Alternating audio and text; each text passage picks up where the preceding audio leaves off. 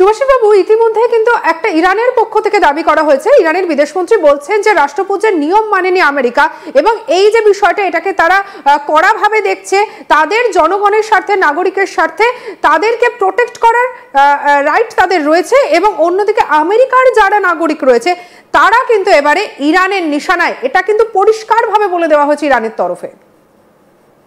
দেখুন, নিজের নিজের দেশের নাগরিকদের প্রোটেক্ট করবে, এতে ঢেঁড়া পেটাবার কিছু নেই, এটা স্বাভাবিক ব্যাপার।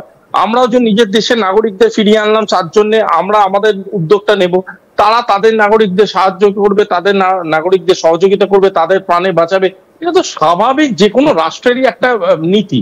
কিন্তু কোনো রাষ্ট্রে যদি নিজের নাগরিকদের বাঁচাবারকে অজুহাত খাড়া করে কোনো দেশকে অপরিচিতভাবে আক্রমণের মধ্যে লিপ্ত করা, এটার অজুহাতটাকে আমি ঠিক কোথাও গিয়ে মেনে নিতে পারছি না। তার কারণটা হলো ইসরায়েল এবং ইরানের মধ্যে যে যুদ্ধটা চলছে তার যে বিভিন্ন রকম প্রেক্ষাপট আছে, সেই প্রেক্ষাপটের মধ্যে ইসরায়েল ইরানের প্রচুর কারণ অকারণ সেগুলো নিয়ে ডেফিনেশন হয়েছে, ডিসকাশন হয়েছে। বাট আমেরিকা হঠাৎ করে ইন্টারভিন করলো শুধুমাত্র মাসেল পাওয়ার দেখানোর জন্য। এবং আজকের ডেটে যখন আমরা জানতে পারছি, সম্ভবত আপনাদের চ্যানেলেই আমি একটা শো করেছি যেখানে আমরা কথা বলছি যে আপনার তুলসী গাবার্ড নিজেই শিওর নয় যে ওখানে নিউক্লিয়ার ওয়েপন্স আছে কিনা বা নিউক্লিয়ার টেস্টিং সেন্টার আছে কিনা, সেখানে জোর করে মাথা গুলিয়ে অ্যাটাক করে মানে কোনো একটা বিস্ফোরক একটা ঘটনা ঘটানো, এটাকে কোনো মতেই কোনোদিন মেনে নেওয়া যেতে পারে না। তো এক্ষেত্রে আপনি বলছেন যে এরকম একটা কথা তুলসী গাবার্ড বলেছেন, যেটা আমরা সবাই শুনেছি, কিন্তু ইতিমধ্যে যখন এই তিনটে বেসকে যখন আঘাত করা হয়েছে সেক্ষেত্রে কিন্তু আবার অন্য কথা বলা হচ্ছে যে সব থেকে বড় যে মেন যে বেসটা ছিল সেই বেসটা বর্তমানে একদম ক্ষতিগ্রস্ত হয়েছে। কিন্তু অন্যদিকে ইরান আবার দাবি করছে যে না, তাদের তেমন কোনো ক্ষতি হয়নি। তাহলে কি ইরান আগে থেকে বুঝতে পেরে সবকিছু কি গুটিয়ে রেখেছিল, আন্ডার কন্ট্রোল করে রেখেছিল, পরমাণু কি সরিয়ে নিয়ে গেছিল? তার ফলে কি তারা এতটা কনফিডেন্ট, নাকি কোনো কিছু ঢাকার চেষ্টা করছে? দেখুন, দেয়ার আর লট অফ থিংস অ্যাবাউট মানে সিক্রেসি। এবার বহু রকম ভাবেই মানে সিক্রেসি একটা ঘটনা, সেখানে নানান রকম ভাবে সিক্রেসিকে তৈরি হবে, বিভিন্ন রকম লুকিয়ে চুরিয়ে চলবে, এই জিনিসগুলো তো বাস্তবিকভাবে আমরা সবাই দেখে এসেছি।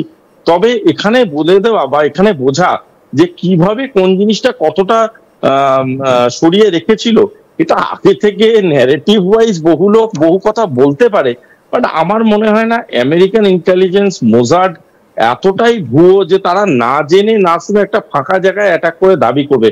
মানে এটা তো পাকিস্তান নয় যে মানে যা খুশি বলে দেবে করে দেবে। এরা যখন অ্যাটাকটা করেছে এরা বুঝেই করেছে। তবে এখানে ইরানকে ধোয়া তুলসী পাতা ভাবার কিছু নেই।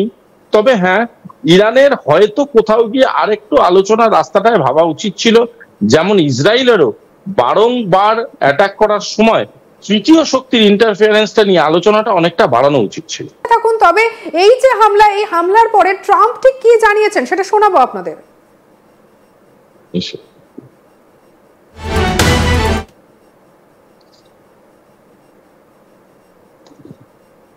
Time ago, the U.S. military carried out massive precision strikes on the 3 key nuclear facilities in the Iranian regime: Fordow, Natanz, and Esfahan.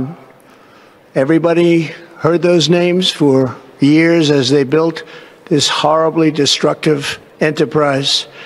Our objective was the destruction of Iran's nuclear enrichment capacity and a stop to the nuclear threat posed by the world's #1 state sponsor of terror.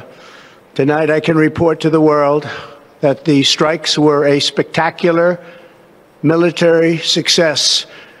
Iran's key nuclear enrichment facilities have been completely and totally obliterated. Iran, the bully of the Middle East, must now make peace. If they do not, future attacks will be far greater and a lot easier. For 40 years, Iran has been saying death to America, death to Israel. They have been killing our people, blowing off their arms, blowing off their legs with roadside bombs. That was their specialty. We lost over 1,000 people, and hundreds of thousands throughout the Middle East and around the world have died as a direct result of their hate. In particular, so many were killed by their general, Qasem Soleimani. I decided a long time ago that I would not let this happen. It will not continue. I want to thank and congratulate Prime Minister Bibi Netanyahu. We worked as a team like perhaps no team has ever worked before. And we've gone a long way to erasing this horrible threat to Israel. I want to thank the Israeli military for the wonderful job they've done. তবে এই ঘটনার পরে আমরা যেটা আশঙ্কা করছি যে আখেরে সমস্যার মধ্যে পড়তে হবে ইসরায়েলকে। অন্যদিকে নেতানিয়াহু কি বলছেন সেটাও শুনবো। Congratulations, President Trump. Your bold decision to target Iran's nuclear facilities with the awesome and righteous might of the United States will change history.